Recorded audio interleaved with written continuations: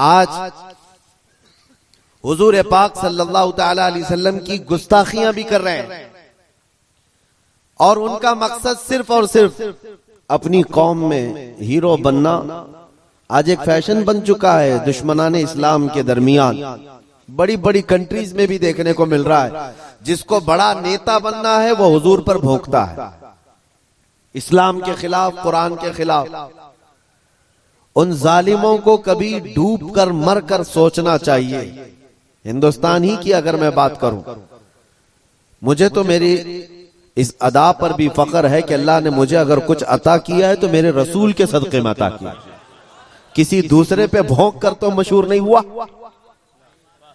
तुम्हारी किसी किताब पे बोल के तो नहीं आया, ना तुम्हारे धर्म पे बोल कर आया, ना तुम्हारे किसी गुरु घंटाल को बोल के आया। मुझे मेरे मुस्तफा की इज्जत से अल्लाह ने इज्जत दी और उन्हें यह सोचना चाहिए तुम्हारे पास रखा कुछ है ही नहीं जिसको बोलकर तुम दुनिया में पॉपुलर बन सकते। तुम्हें पॉपुलर बनने के लिए भी मेरे नबी का वास्ता लेना पड़ रहा है। क्या कहना है, वाह वाह।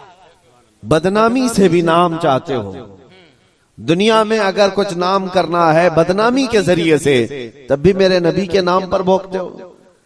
आज ऐरा गैरा नत्तू खेरा जैसा भी हो, इस्लाम के बारे में कुछ कह दे तो उसको चंद लोग हीरो बनाते हैं और उस पागल को ये नहीं मालूम कि ये 4 ही दिन का हीरो होता है। जो ये खिलाफ भोंकता है हुजूर की शान में या इस्लाम के खिलाफ, उसे एहसास नहीं होता कि वो उसकी मिसाल ऐसी है जैसे बैलगाड़ी के नीचे जो कुत्ता चल रहा होता है। उसे कुत्ते को ऐसा लगता है कि पूरी बैलगाड़ी मैं चला रहा हूं। थोड़ी देर के बाद बैलगाड़ी निकल जाती है, तब उसे पता चलता है कि कोई बैल चला रहे थे। तो ये इन लोगों की मिसाल ऐसी कि उन्हें ऐसा लगता है कि अब सारी दुनिया मेरी है। हमने अपनी आंखों से देखा और आपको भी मैं बताता हूं, रिसेंटली हमारे इसी देश में उन कुत्तों का हशर अभी क्या चल रहा है वो भी आपको पता है। जिन्होंने इस्लाम, कुरान और मेरे आका की जात को निशाना बनाया, खूब भोंकते रहे, आज वो किसी पेपर के कोने में भी नजर नहीं आते।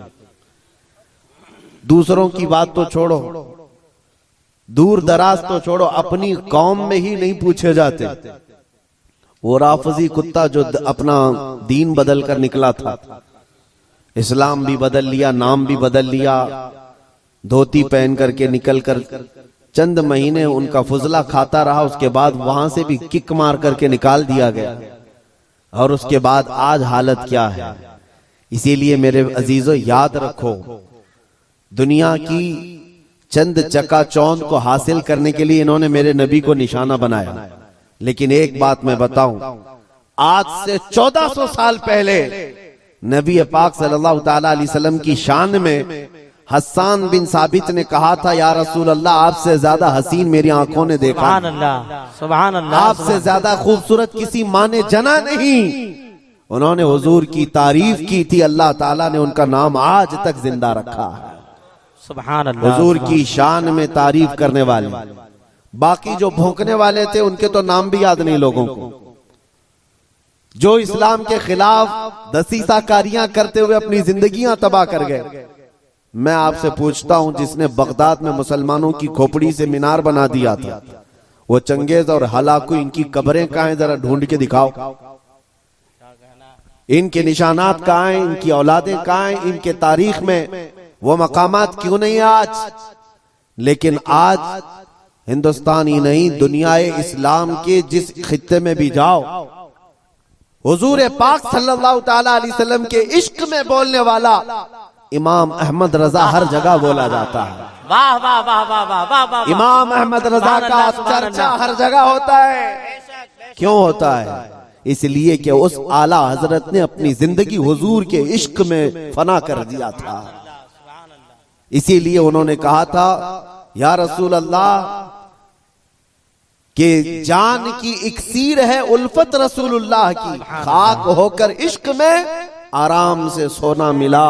जान की इक्सीर है उल्फत रसूलुल्लाह की, एक पॉइंट समझ करके चलो मेरे अजीजों, मैं आपको यही देना चाहता हूं। आज के हालात घबराने की जरूरत नहीं, बहुत तेजी से अभी बदलेंगे।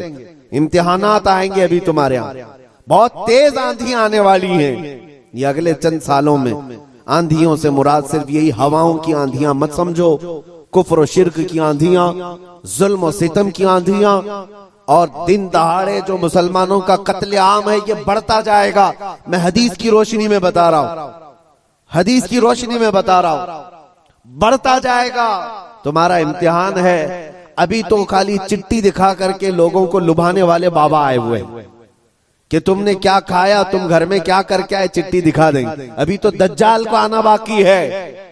दज्जाल आएगा, वो तो तुम्हें बारिश बरसा कर दिखाएगा, मरे हुए आदमी को जिंदा करके दिखाएगा। इतने बड़े इम्तिहानात होना बाकी है। उस जमाने में तुम्हारा क्या होगा, तुम किस तरह से जिंदगी गुजारोगे? एक इलाज में बताऊं, हर जमाना चाहे जैसी भी सख्तियों वाला आए, कल को अगर फसादात भड़का दिए जाएं, तुम्हारे सामने तुम्हारे बच्चे ज़बा कर दिए जाएं, तुम्हारे सामने तुम्हारी औरतों के दुपट्टे छीन लिए जाएंगे, कुरान पाक को जलाने की कोशिशें होंगी, मस्जिदों के मीनार और गुंबद खत्म कर दिए जाएंगे, ये सारे हालात बढ़ते जाएंगे। तो क्या तुम इन तूफानों से घबरा कर ये फैसला कर लोगे कि जब तक मैं इस दीन में रहूंगा रोजाना एक मुसीबत को झेलना पड़ेगा, अच्छा है इनकी ही जय जय करूं जैसे कुछ चले गए?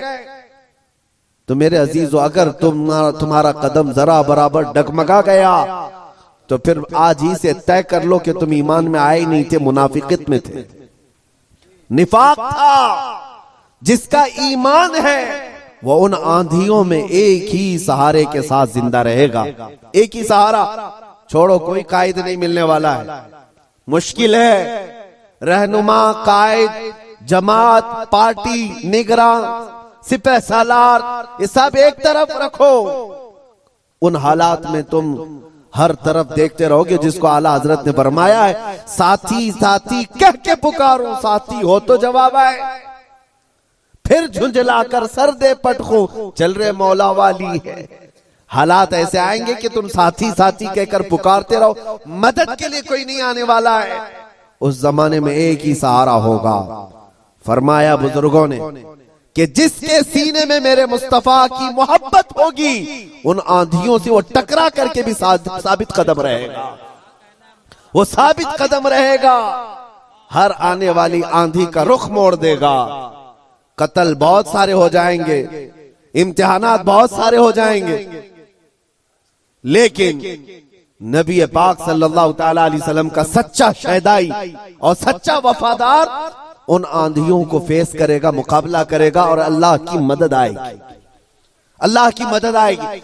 अल्लाह की जो सबसे बड़ी मदद आनी है, इंतजार है सबको। हालात बदलने चाहिए। सुनो, एक बशारत में देता हूं। ये शेर यूं ही मैं नहीं सुनाता, कुछ देर की खामोशी है फिर शोर आएगा, कुछ देर की खामोशी है फिर शोर आएगा। आज कुत्तों का वक्त है, कल हमारा दौर आए। ये यूं ही नहीं कहता, यूं ही नहीं कहता। अल्लाह की सबसे बड़ी मदद जो आने वाली है वो करीब है, करीब है, करीब है। वो किस तरह से आएगी? अन करीब मदीने तैयबा से इमाम मेहदी का ज़हूर होगा, और इमाम मेहदी आएंगे खाने काबा के पास, और उस वक्त अख्ताब, औताद, अब्दाल, औलिया उनके हाथ पर बैत करेंगे, फिर वो निकलेंगे और फिर मुल्क शाम आएंगे। तो इमाम मेहदी का जमाना करीब है। मेरे मुस्तफा की हदीसों का मफहूम मैं आपके सामने रख रहा हूं कि जब वो दौर आएगा पूरी दुनिया में सिवाय इस्लाम के कुछ नहीं होगा। आपने अभी शायर से सुना, इस्लाम था, इस्लाम है। इस्लाम हाँ, सिर्फ तुम्हारे गांव में नहीं रहेगा, इंशाअल्लाह अमेरिका में भी रहेगा, यूरोप में भी रहेगा, अफ्रीका में भी रहेगा, और जितने चीखते चिल्लाते उनकी गर्दन पे भी रहेगा। हाँ, याद रखो, इस्लाम था, इस्लाम है, इस्लाम है। इसीलिए मैंने चंद सालों पहले कहा था, कुछ लोगों को तीखी लगती है बात, कड़वी लगती है कि मस्जिद तोड़कर अपना माबद बनाना है।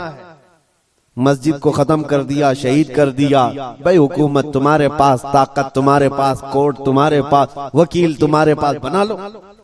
बड़े जोर शोर से सब बना रहे। हमसे एक इंटरव्यू वाले ने पूछा आप इस पर क्या कहते हैं? हमने सिर्फ इतना ही कहा कि बनाने के लिए कहो लेकिन थोड़ा किबला देखकर बना लेना। अच्छा है भाई, किबला देखकर बना लेना। ये क्यों कहा? क्योंकि हमें पता है मेरे मुस्तफा ने फरमाया एक दौर आएगा जब हर दीवार से आवाज आएगी अल्लाहु अकबर। हर जगह से अल्लाहु अकबर की आवाज गूंजेगी। मेरे अजीजों, मायूस ना हो। आज के इन हालात से जो नौजवान मायूस होकर सरासीमगी के शिकार हो जाते हैं, मुझे उनसे शिकायत है। आज भी तुम्हारे पास वही जज्बा है, हमें पता है। अगरचे बिखरी हुई ये कौम है लेकिन बड़ी बड़ी ताकतें तुमसे खौफजदा हैं। डरती क्यों है? गरीब मुसलमान देहात में रहते हैं, कामकाज नहीं है, इनके पास तो जायदादें नहीं, इनके पास नौकरियां नहीं, इनके पास फौज नहीं, लेकिन मीडिया की जीनत तुम ही तो हो। कितने चैनल ऐसे हैं जिनमें हमारा नाम लिए बगैर तो दुकान नहीं चलती। हकीकत है या नहीं?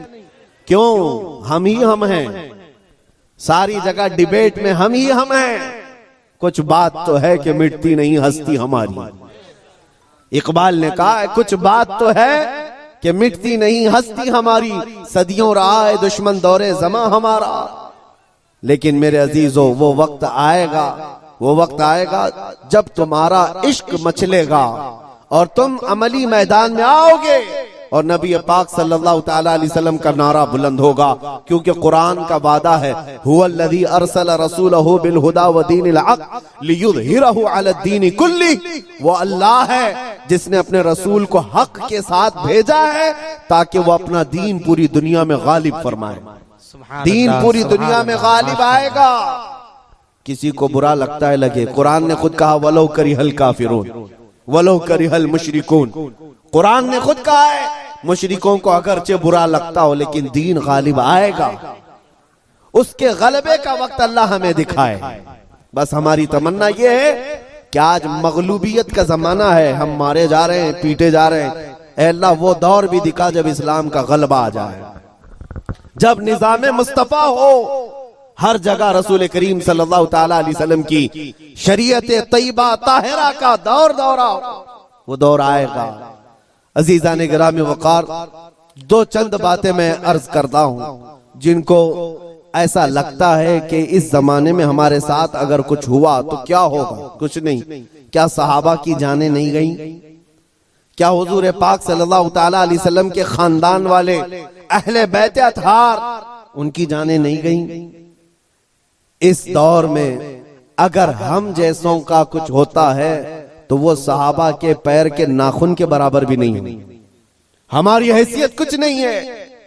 जब रसूलुल्लाह सल्लल्लाहु तआला अलैहि वसल्लम के सगे चचा सैयद शुहदा अमीर हमजा मैदान ओहद में इस हालत में शहीद किए गए थे कि सीना फाड़ करके कलेजा निकाल कर चबाया गया था, आपके जिस्म के टुकड़े हुए थे, तो क्या ये हजरत अमीर हमजा रज़ी अल्लाह ताला अन्हु की शिकस्त और उनकी हार पर कोई लानत करेगा आज? नऊज़ु बिल्लाहि मिन ज़ालिक, हरगिज़ नहीं, बल्कि रहती दुनिया तक उनकी शहादत को सलामी दी जाएगी। क्यों? इसलिए कि कुरान ने कहा है कि शहीद मरते नहीं है, वो अपनी कब्रों में जिंदा होते हैं। अगर अल्लाह तबारक व तआला ने हमारी जिंदगी में लिखा है हम चींटी से भी मर जाएंगे, और अगर अभी मौत नहीं लिखी है, चींटी से भी नहीं मरोगे बल्कि मोदी से भी नहीं मरोगे। अगर मौत नहीं है, किसी से नहीं मरना है, और अगर मौत लिखी है तो मच्छर से भी मर जाओ। ये तकदीर है जिस पर ईमान जरूरी है। ऐ मुसलमानों, अपने ईमान को संभालो, मजबूती के साथ अगर रहना है तो अपने तशख्खुस के साथ रहो, इस्लाम को छुपा छुपा करके मत रहना। तुम्हारी नमाजें कहाँ हैं? तुम्हारे अमाल कहाँ हैं? तुम्हारे चेहरे भी आज बदल गए। तुम खुद चाहते हो कि इस्लाम परदेश बन करके रहे, इस्लाम को जाहिर करो। तुम्हारे चेहरों से भी तो पता चले कि तुम इस्लाम से कितनी मोहब्बत करते हो। तुम्हारे घर की बेटियों की सरों पर इस्लाम तो नजर आना चाहिए। इस्लाम का नारा तो बड़े बुलंद आवाज से लगा ना, इस्लाम था, इस्लाम है और इस्लाम रहेगा। कहां रहेगा? तुम्हारे घर में कब रहेगा? तुम्हारी जिंदगी में कब रहेगा? जब तुम खुद इस्लाम को अपने घर में पसंद करो, अपने बच्चों पर पसंद करो, अपनी औरतों पर पसंद करो, तो फिर देखो मजाल है कोई इस्लाम की तरफ उंगली भी उठाए। दुनिया ये देख रही है कि इनको इस्लाम की तरफ से कोई रगबत बाकी नहीं रह गई है। अल्लाह करीम आप सबको इस्लाम का सच्चा सिपाही बना करके रखे। अजीजान गिरामी वक़ात, मेरा मैसेज सिर्फ इतना है कि जीना है तो इश्क रसूल में जियो और मौत आए तो मेरे मुस्तफा के कदमों में मौत आए। इस तमन्ना के साथ जियो, इंशाअल्लाह अज़ीज यहां पर कोई बाल बेका ना होगा, और अगर होगा तो हुजूर की मोहब्बत में होगा। मक्का मुकर्रमा में जब बिलाल हबशी को लोग मारते थे, उनके सीने पर पत्थर रखते, उनको अंगारों में सुलाया जाता था, तो क्या उन्होंने छोड़ दिया था इस्लाम? नहीं नहीं नहीं, अब इस्लाम नहीं कहूंगा, तुम्हारे भगवानों का नाम लूंगा। नहीं, उन मुसीबतों में भी वो साबित कदम रहे। और चंद दिनों के बाद जब अल्लाह ताला ने बिलाल हबशी को आजादी अता की, मेरे मुस्तफा के कदमों में गए, 6 साल के बाद मक्का वापस आए। तवज्जो, 6 साल के बाद मक्का जब रसूलुल्लाह के साथ वापस आए, मक्का फतह हो चुका था और रसूलुल्लाह ने बिलाल हबशी को काबे की छत पर चढ़ाया था। दुनिया देख रही थी चंद सालों पहले यही वो बिलाल है जिनको मक्का की गलियों में रस्सी डाल करके खींचा जाता था पैरों में, और आज यही बिलाल खाने काबा की छत पर है अजान देने के लिए। कितनी तब्दीली है ये दुनिया को पता होना चाहिए। जो नबी की मोहब्बत में जख्म खाता है, अल्लाह उसकी इज्जत को खाने काबा से भी बुलंद कर देता है। हुजूर की मोहब्बत में जख्म खाया है, हुजूर की वफादारी में साबित कदम रहा है, तो अल्लाह ने काबे की छत पर चढ़ाया है। अजीजान गिरामी वक़ार, आज अगर मुसीबतें आती हैं तो आला हजरत का ये शेर याद रख लेना। आला हजरत ने बहुत प्यारे अंदाज में हमें समझाया है, खौफ न रख रजा जरा, तू तो है अब्दे मुस्तफा। खौफ न रख रजा जरा, तू तो है अब्दे मुस्तफा। तेरे लिए अमान है, तेरे लिए अमान है। हमारे लिए मकसद आज की मेरी तकरीर का खुलासा यही है कि उन्हें जाना, उन्हें माना, न रखा गैर से काम। लिल्लाहिल हम्द, मैं दुनिया से मुसलमान गया। ऐ मुसलमानों, आज ले उनकी पनाह, आज मदद मांग उनसे, कल न मानेंगे कयामत में अगर मान गया। नबी पाक सल्लल्लाहु तआला अलैहि वसल्लम की वफादारी का हक अदा करो। मेरा कहना सिर्फ यही है कि जलसे बहुत हो चुके, रात रात बहुत जागते हो, और लोगों के सामने तुम्हारे नारे, तुम्हारे जुलूस सब बहुत हो गया। इश्क रसूल का मजहर बनकर के किसी दिन अगर तुम किसी गली से भी गुजर जाओ, मौला तुम्हारी खुशबू से लोगों को इस्लाम की तरफ फेर देगा। इस्लाम की तरफ लोग सिर्फ तुम्हारी खुशबू से आ जाएंगे, तुम्हारी तबलीग की भी जरूरत नहीं होगी। बस शर्त यह है कि तुम मोहब्बत मुस्तफा सल्लल्लाहु अलैहि वसल्लम का पैकर बनकर के तो निकलो, तुम्हारे अंदर वो तब्दीली आ जाए। अभी मौलाना आपसे पूछ रहे थे, जलसे का हुसूल यही है कि काश इस जलसे में कोई बैठा हुआ गैरतमंद जवान यह अहद करता कि मैं मेरे मुस्तफा से जान से ज्यादा मोहब्बत करता हूँ, मैं मेरे नबी से जान से ज्यादा मोहब्बत करता हूँ। मैं ये जो कह रहा हूँ हकीकत है या नहीं आपके साथ? आप जान से ज्यादा मोहब्बत करते हैं अपने नबी से? सब नहीं करते, या फिर सो रहे। नबी पाक सल्लल्लाहु तआला, मैं हाथ उठाने के लिए नहीं कह रहा, अरे मेरे अजीजों मैं तो गर्दन कटाने की बात कर रहा हूं। हाथ तो बहुत छोटी चीज। क्या आप नबी पाक सल्लल्लाहु तआला अलैहि वसल्लम से अपनी जान से ज्यादा मोहब्बत करते हैं? अगर हुजूर से जान से ज्यादा मोहब्बत है तो कोई जवान यह अहद करता, मेरे नबी को नशा पसंद नहीं था, मैं कभी नशे के करीब नहीं जाऊंगा। मेरे रसूल को कभी गाने पसंद नहीं थे, मैं गाने कभी नहीं सुनूंगा, तर्क कर दूंगा। नबी पाक सल्लल्लाहु तआला अलैहि वसल्लम ने शराब के लिए हराम फरमाया है। शराब तो दूर की बात है, कोई छोटे से हल्के कतरे को भी मैं हाथ नहीं लगाऊंगा। इसलिए कि मेरे आका ने फरमाया, शराब पीने वालों को कल क़यामत के दिन जहन्नमियों का खून और पीप खौला करके पिलाया जाएगा। हम में से कोई वो अजाब सहने के काबिल नहीं। ये अहद करके उठता तो ये हकीकत में इश्क़ रसूल का मुजाहिरा होता, ये हुजूर से मोहब्बत का हदिया होता। लेकिन होता यही है कि तुम्हारे अंदर नारे लगाने की ताकत बहुत ज्यादा है और हुजूर पाक सल्लल्लाहु तआला अलैहि वसल्लम के लिए मर मिटने की बात करने का जज्बा भी है, लेकिन अपनी जिंदगी में बदलाव लाने का जज्बा क्यों नहीं? हुजूर पाक का वास्ता देता हूं, जिंदगियां बदल डालो, जिंदगियां बदल डालो। और अगर तुमने अपने मोहल्ले से शुरुआत की, देखते ही देखते ये फिजा पूरे मुल्क में कायम हो जाएगी, पूरे मुल्क में कायम हो जाएगी। तुम अपनी मस्जिदों की पाबंदियां शुरू कर दो, तुम्हारी मस्जिदें भरी हो तुम्हारे नमाजों से, तुम्हारे सजदों से। एक बात मैं आपको बताऊं, हमारे इलाके में एक मुहावरा कहा जाता है, एक मुहावरा है, खुला मैदान होता है तो कुत्तों का राज होता है। अगर मैदान में कोई आता जाता नहीं है तो कुत्ते राज करने लग जाते हैं। साहब कचरा भी वहीं पर, कुत्ते भी वहीं, एक दूसरे को भौंक रहे हैं, चढ़ रहे हैं, कूद रहे हैं। यही है, ये मुहावरा ही नहीं, हकीकत भी है।